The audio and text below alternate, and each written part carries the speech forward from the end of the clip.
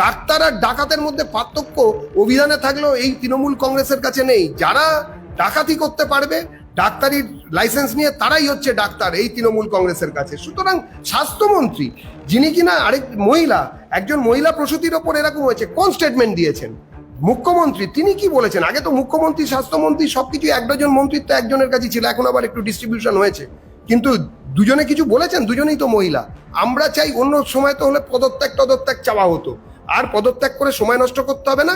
26-এর নির্বাচন, তৃণমূল চলে যাবে, ভারতীয় জনতা পার্টি আসবে। বাজি রেখে বলতে পারি বিজেপির সময়, বিজেপির যখন সরকার চলবে 26-এর পর থেকে, তখন এই ধরনের কোনো দুর্ঘটনার মুখোমুখি হতে হবে না।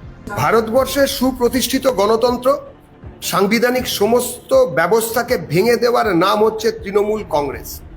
সারা ভারতবর্ষের মধ্যে একমাত্র দল যারা কিনা তাদের রাজনৈতিক পেশির আস্ফালন দেখানোর জন্য বিরোধী দল হিসেবে থাকাকালীন তাদের নিজের রাজ্য অর্থাৎ এই পশ্চিমবঙ্গের বিধানসভায় ভাঙচুর করেছিলেন, আর কোথাও এরকম দেখাতে পারবেন না। এবং সেই ভাঙচুরের ফলশ্রুতি হিসেবে আজ অবধি প্রত্যেক জায়গায় সাংবিধানিক সব রকম স্তম্ভ, যেগুলো ভারতবর্ষের সাংবিধানিক বিভিন্ন মানবিন্দুকে নির্ধারিত করে, সেগুলোকে নষ্ট করে ফেলা, সেগুলোকে ভেঙে ফেলা, এবং একতরফা তোষণ ছাড়া কিছু নয়।